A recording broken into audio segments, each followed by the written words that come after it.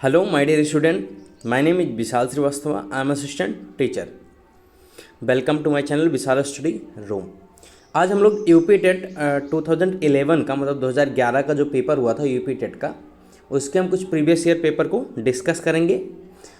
क्यों डिस्कस करेंगे? क्योंकि इससे हमें ये पता चलेगा क्योंकि पेपर किस लेवल का अब तक आ रहा है या आगे आने के चांसेस हैं। और दूसरी चीज़ आप लोग को ये पता चलेगा कि पेपर कैसे होता है जो, और प्रीवियस ईयर के पेपर किस किस टॉपिक से ज़्यादा आए थे, कहाँ कहाँ से ज़्यादा आए थे, उनकी डिफ़िकल्टी क्या थी, या वो ज़्यादा डिफ़िकल्ट थे वो या वो इजी थे। तो चलिए बिना टाइम वेस्ट करते हुए हम लोग सेशन की शुरुआत करते हैं। और एक और चीज़ आप लोग को बता देना चाहता हूँ कि मैंने 2018 का यूपी टेट किया था और मैं अभी टीचर हूँ प्रेजेंट में। और यूपी टेट में जनरली क्वेश्चन रिपीट भी होते हैं, इसलिए आपको प्रीवियस ईयर पेपर सॉल्व करना बहुत ही ज़रूरी होता है। चलिए बिना टाइम वेस्ट करते हम लोग सेशन की शुरुआत करते हैं। UP TET previous year paper 2011 हम लोग सीरियल वाइज सारे ईयर के पेपर को सॉल्व करेंगे। ये फर्स्ट सेशन है, ये मैंने PDF ही उठाया है यूपी टेट के पेपर का।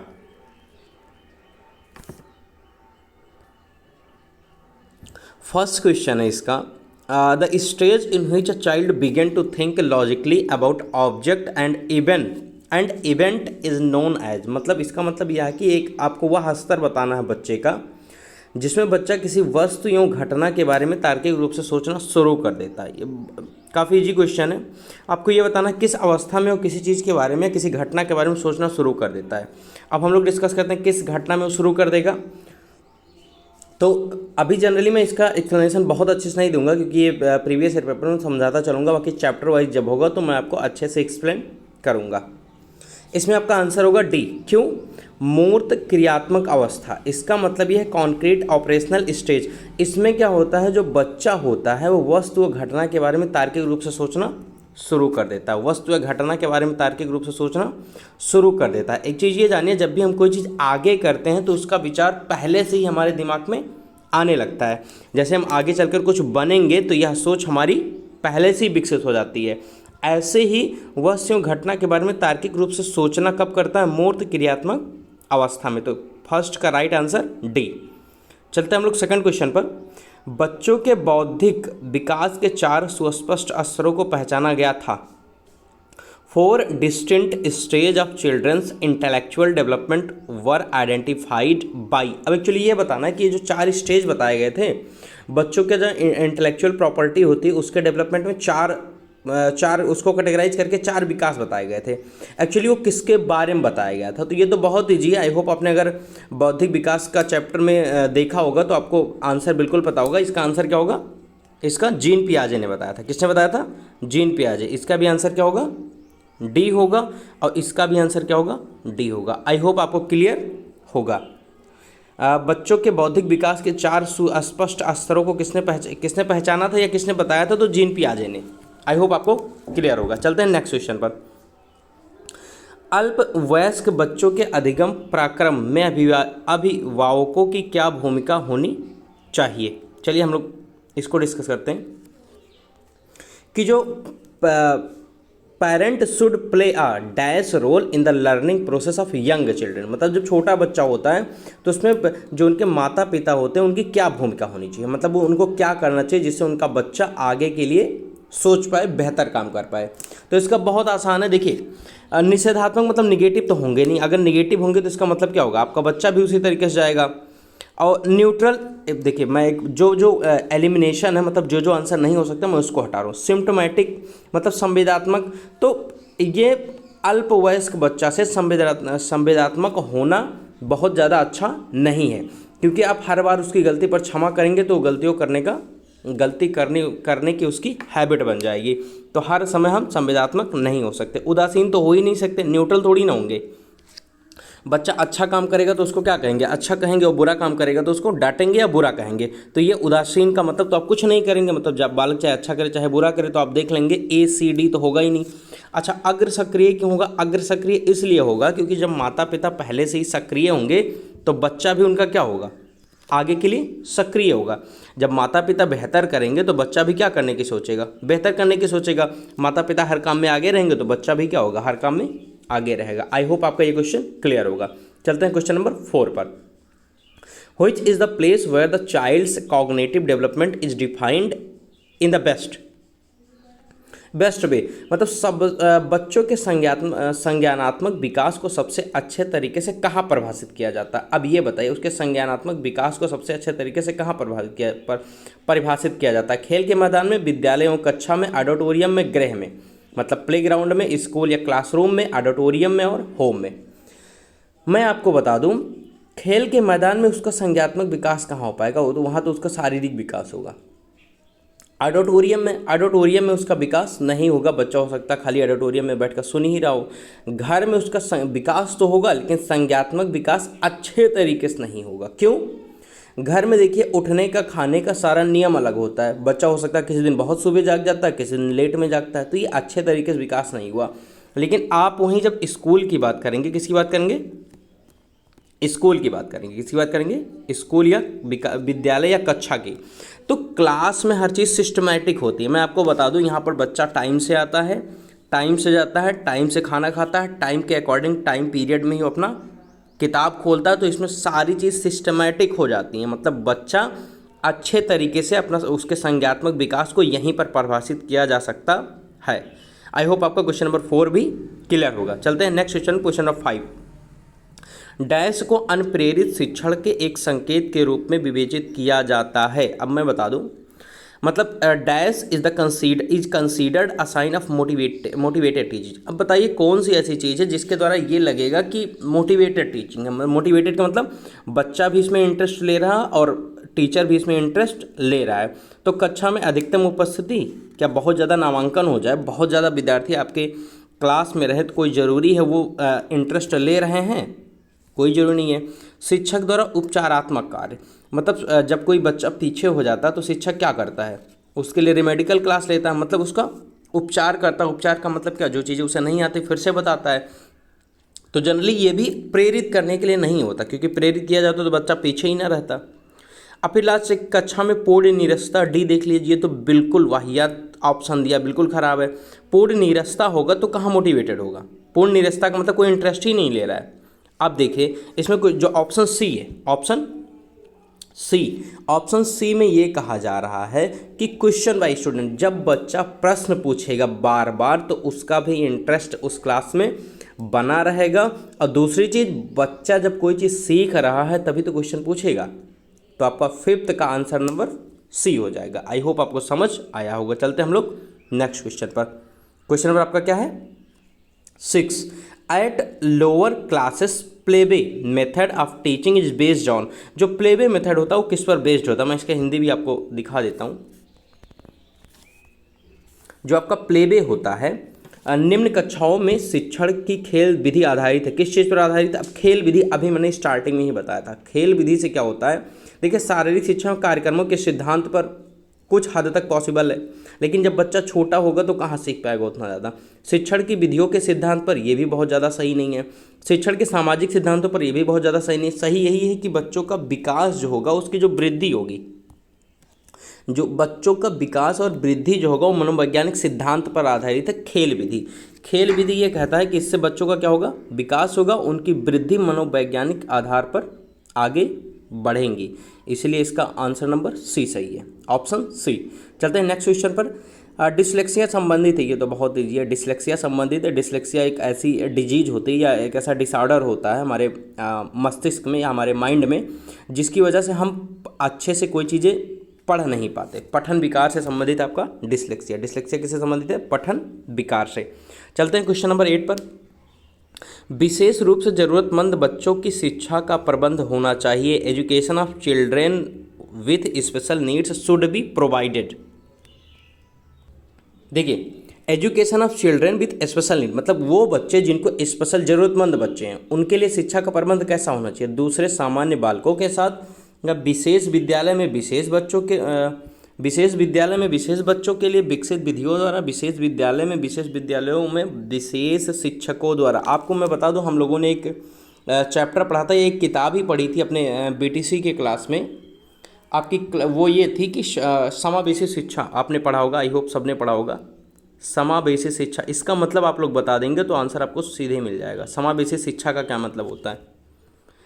समावेशी शिक्षा का ये मतलब होता है जो स्पेशल चाइल्ड है उनको सामान्य बच्चों के साथ बैठकर पढ़ाया जाए, उनको ये ना फील हो कि वो सबसे अलग हैं। तो यहाँ पर जो ज़रूरतमंद बच्चे होंगे उनका भी आंसर क्या होगा कि दूसरे सामान्य बच्चों के साथ ही उनको पढ़ाया जाए, ताकि उनका भी विकास उसी तरीके से हो पाए जैसे दूसरे बच्चों का हो रहा है।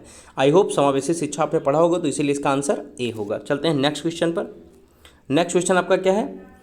In the process of learning motivated, मतलब पढ़ने में मोटिवेटेड का क्या मतलब है? अगर क्लास चल रही तो उसमें अभिप्रेरण क्या है? अभिप्रेरण क्या है? अभिप्रेरण देखिए बहुत ईजी है। मोटिवेशन क्या होता है? मोटिवेशन वो होता है, मैं एक ऐसी स्टोरी आपको सुना दूँ जिससे आपके अंदर एक उत्साह जग जाए उस चीज़ को करने के लिए, ये मोटिवेशन हो गया। या आपको मैं ऐसी कोई चीज़ बता दूँ जिससे उस चीज़ को करने के लिए आप उत्सुक हो जाएं, यही आपके क्या हो गया? मोटिवेशन। चलिए ऑप्शन देख लेते हैं। सीखने वाले की स्मृति को तेज बनाता है, मोटिवेशन बिल्कुल नहीं। क्या हमारी स्मृति को तेज बनाता है? मोटिवेशन। अगर हम कोई अच्छी चीज़ बता दें तो सिंपल सी बात है, ये रुचि पैदा करता है। अगर मैं कोई ऐसी स्टोरी आपको बहुत अच्छी सुना दूं कि एक जनरल घर का बच्चा अच्छे से पढ़ा और नौकरी पा गया, तो इससे क्या होगा? आपके अंदर रुचि आएगी और आपको सृजनात्मक कार्य करने में मजा आएगा, मतलब नई चीज़ें करने में मजा आएगा। तो वहीं पर इसका आंसर क्या होगा? इसका आंसर आपका होगा डी। इसका आंसर आपका क्या होगा? डी। आई होप आपको समझ आया होगा कि जो मोटिवेटेड बच्चे होते हैं या जिनको अच्छी चीज़ें बताई जाती हैं वो एक सीखने में आदमी के लिए रुचि का सृजन करता है, मतलब एक इंटरेस्ट पैदा करता है उस चीज़ को करने के लिए। आई होप आपका क्लियर होगा। अ स्टूडेंट ऑफ ग्रेड 5, मतलब कक्षा 5 का छात्र है with visual deficiency should be, कक्षा 5 के न्यून दृष्टि वाला बच्चे को आप कैसे डील करेंगे? मतलब कक्षा 5 में कोई ऐसा बच्चा जिसकी आंख में थोड़ी सी प्रॉब्लम हो, मतलब उसे क्लियरली कोई चीज़ दिखता नहीं है, तो आप उसको कैसे डील करेंगे? निम्न स्तर के कार्य करने के लिए उसे माफ़ करना उचित रहेगा? क्या वो छोटे स्तर का काम करता है तो उसे माफ़ कर देंगे आप? आई होप ये तो सही नहीं होगा। उसके दैनिक कार्य में उसके माता पिता तथा मित्रों की सहयोग करनी चाहिए। अरे भैया, उसको पहले से ही आप डिपेंडेंट बना दोगे क्या कि आपको नहीं दिखता तो आप आगे नहीं बढ़ सकते? तब तो फिर वो हमेशा सहायता ही मांगेगा, वो अकेले चल ही नहीं पाएगा, चल पाएगा? बिल्कुल नहीं। सी ऑप्शन है, कक्षा में सामान्य रूप से बर्ताव करना चाहिए और आरडीओ सीडी के जरिए सहायता प्रदान करनी चाहिए। यही बिल्कुल सही है। हम सामान्य बर्ताव करेंगे तो उसे भी स्पेशल फील नहीं होगा और वो भी क्या करेगा? अदर बच्चों के साथ ठीक से पढ़ेगा। हाँ, उसे अगर न्यून दृष्टि है, दिखता नहीं, तो हम उसे ऑडियो या वीडियो के जरिए ऑडियो के जरिए वो चीज़ प्रोवाइड करने की कोशिश करेंगे, मतलब ऑडियो सपोर्ट से ही हम उसको बताना चाहेंगे। आई होप आपको समझ आएगा। और कक्षा में विशेष बर्ताव, ये तो गलत हो जाएगा। अगर विशेष बर्ताव करेंगे तो उसे खुद ही कक्षा में अलग फीलिंग होने लगेगी कि सबके साथ मास्टर तो दूसरा व्यवहार करते हैं, हमारे साथ दूसरा व्यवहार करते हैं, वो अनमोटिवेटेड हो जाएगा और फिर वही ड्रॉप आउट वाली स्थिति आएगी। ड्रॉप आउट मतलब वो क्लास को छोड़ने लगेगा। तो आप सामान्य रूप से बर्ताव करेंगे और ऑडियो सीडी के जरिए उसको सहायता प्रदान करेंगे। आई होप आपका ये चीज़ क्लियर होगा। चलते हैं नेक्स्ट क्वेश्चन आपका 11th नंबर है। नेक्स्ट क्वेश्चन आपका 11th नंबर है। 11th ये कहता है टू मेंटेन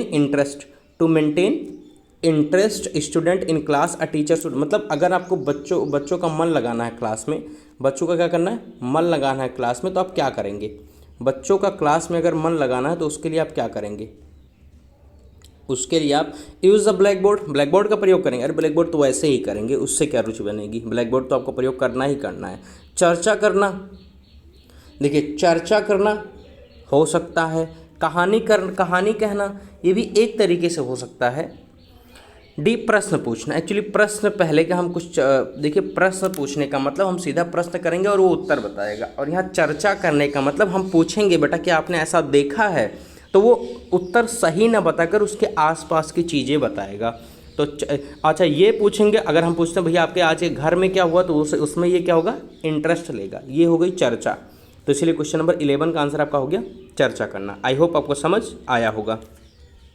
नेक्स्ट क्वेश्चन आपका है why should student play games in school, विद्यार्थियों को विद्यालय में खेलना क्यों उचित है?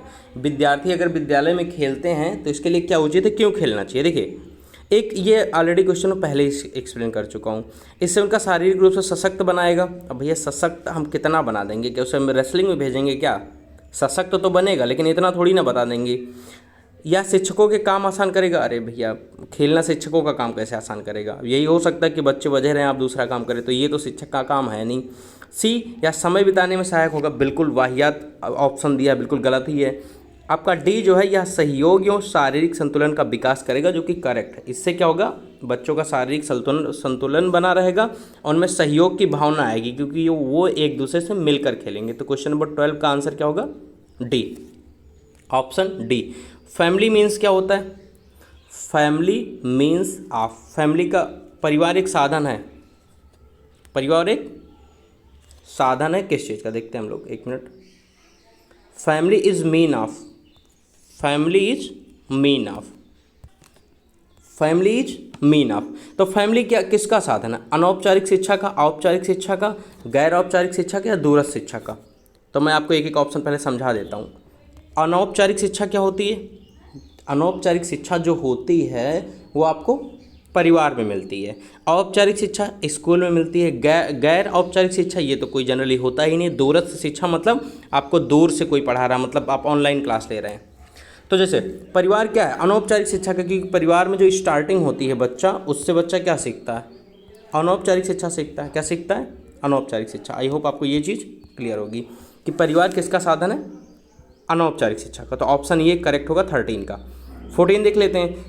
A teacher can develop social values among student by, एक जो शिक्षक है वो विद्यार्थियों में सामाजिक मूल्यों को कैसे विकसित करेगा? महान व्यक्तियों के बारे में बताकर। अगर महान व्यक्तियों के बारे में बताकर उसके अंदर सामाजिक मूल्य विकसित कर सकते हैं, आप सोचिएगा। दूसरा, अनुशासन की अनुभूति को विकसित कर कर उसे अनुशासित डिसिप्लिन सिखा कर सकते हैं। आदर्श रूप से बर्ताव करके सही हो सकता है। उन्हें अच्छी कहानियाँ सुनाकर। देखिए, जनरली महान व्यक्ति के बारे में बताएंगे तो बच्चा इतना बड़ा अभी नहीं हुआ है कि वो चीज़ों को आसानी से सीख जाए या चीज़ों को तुरंत के तुरंत बैठा ले। अनुशासन करेंगे तो इसमें तो थोड़ी चीज़ें आएंगी, लेकिन सामाजिक मूल्य इसमें विकसित नहीं होगा। लेकिन वही अगर हम आदर्श रूप से व्यवहार करेंगे, मतलब उससे हम अच्छे से बोलेंगे, अच्छे, और हम दूसरी चीज़ समय पर रहेंगे, समय से क्लास लेंगे, समय से उसे समय वाइज उसे चैप्टर पढ़ाएंगे, तो इससे क्या होगा? इससे बच्चा भी सीखेगा कि जो टीचर हमारे हैं वो टाइम टू टाइम हर चीज़ करते हैं, जो कहते हैं वो करते हैं, और हर टाइम टू टाइम चीज़ों को एक्सप्लेन करते हैं, टाइम टू टाइम चीज़ों को, हर चीज़ टाइम टू टाइम करते हैं, टाइम पर खाना खाते हैं, टाइम पर आते हैं, टाइम पर घर जाते हैं। तो इससे क्या होगा? बच्चों के अंदर भी सामाजिक मूल्य विकसित होगा, वह भी आगे से ये चीज़ करना पसंद करेगा। आई होप आपको क्वेश्चन नंबर 14 क्लियर होगा। 15 देख लेते हैं। Which is the most important for teacher, तो एक शिक्षक के लिए सबसे ज़्यादा महत्वपूर्ण क्या है? अब आप बताइए, सबसे ज़्यादा महत्वपूर्ण क्या है? अनुशासन बनाए रखना, हाँ कुछ हद तक सही हो सकता है। कक्षा में समयानुवर्ती होना, हाँ पंक्चुअल होना, ये भी सही हो सकता है। विद्यार्थियों की कठिनाइयों को दूर करना, ये भी सही होता है। एक सुवक्ता होना, ये भी सही हो सकता है, टू बी गुड ऑर्टर। अब आप बताइए, आपको बेस्ट ऑप्शन चूज करना, इसमें चारों ऑप्शन आपको सही लग रहे हैं, लेकिन सबसे ज़्यादा ज़रूरी क्या है? अगर अनुशासन 1 मिनट के लिए नहीं बनेगा तो भी चल जाएगा, आप समय अनुसार नहीं है तो भी चल जाएगा, आप सुवक्ता नहीं है तो भी बन गया चल जाएगा, लेकिन अगर आपने विद्यार्थी की कठिनाइयों को दूर नहीं किया तब नहीं चल पाएगा, तब चीज़ें क्या हो जाएंगी? गड़बड़ हो जाएंगी, क्योंकि वो पढ़ना बंद कर देगा। अगर आप उसकी कठिनाइयों को दूर नहीं कर रहे हैं तो उसका मन हटने लगेगा। अगर आप अनुशासन नहीं बनाए हैं तो 1 मिनट के लिए चल सकता है, हमेशा के लिए नहीं, बस थोड़ी देर के लिए आप सोचिए। तो मेनली आपका मोस्ट इंपॉर्टेंट टीचर का क्वालिटी क्या होना चाहिए कि विद्यार्थी को जो भी कठिनाइयाँ आ रही हैं उसको वो दूर करे। आई होप आपको समझ आया होगा। चलते हैं क्वेश्चन नंबर 16 बात कर लेते हैं। Black board can be included in which group category of teaching add. बहुत आसान है यार, ये बताओ, श्यामपट्ट को शिक्षण साधन सामग्री में किस समूह से जोड़ा जाता है? किस टाइप की श्यामपट्ट है? श्रव्य साधन है क्या? हम उसको सुनते हैं क्या श्यामपट्ट से? दृश्य साधन है, सही है। देखिए, श्रव्य का मतलब जिसे हम सुनते हैं सिर्फ, दृश्य का मतलब जिसे हम देखते हैं, दृश्य श्रव्य का मतलब टीवी वाला हो गया, टीवी को हम देखते भी हैं सुनते भी हैं, इनमें से कोई नहीं। तो जनरली आपका ऑप्शन देखिए, अब इस सुनने का तो है नहीं, तो पहला तो वैसे ही गलत हो गया, और सुनना और देखना ये भी गलत हो गया, इनमें से कोई नहीं होगा। नहीं तो दृश्य साधन मतलब आप उसको देख कर कोई चीज़ सीखते हैं। आई होप आपको आज का लेक्चर क्लियर होगा। तो आज 16 क्वेश्चन थे, मैं अगला इसका पार्ट बनाऊंगा और सारे जो भी आपके 150 क्वेश्चन में उसको कवर करूंगा। तो आप डेली जुड़ते रहिए और डेफिनेटली आपको इससे बहुत ज़्यादा हेल्प मिलेगी। तो सब्सक्राइब कीजिए विशाल स्टडी रूम को और फॉलो कीजिए मुझे बहुत सारे सोशल मीडिया साइट्स पर, और PDF के लिए मैं टेलीग्राम की लिंक अटैच किया हूँ डिस्क्रिप्शन में, तो आप उसमें जुड़ जाइए। आई होप आपको आज का लेक्चर समझ आया होगा। Thank you. This is Vishal Srivastava signing of.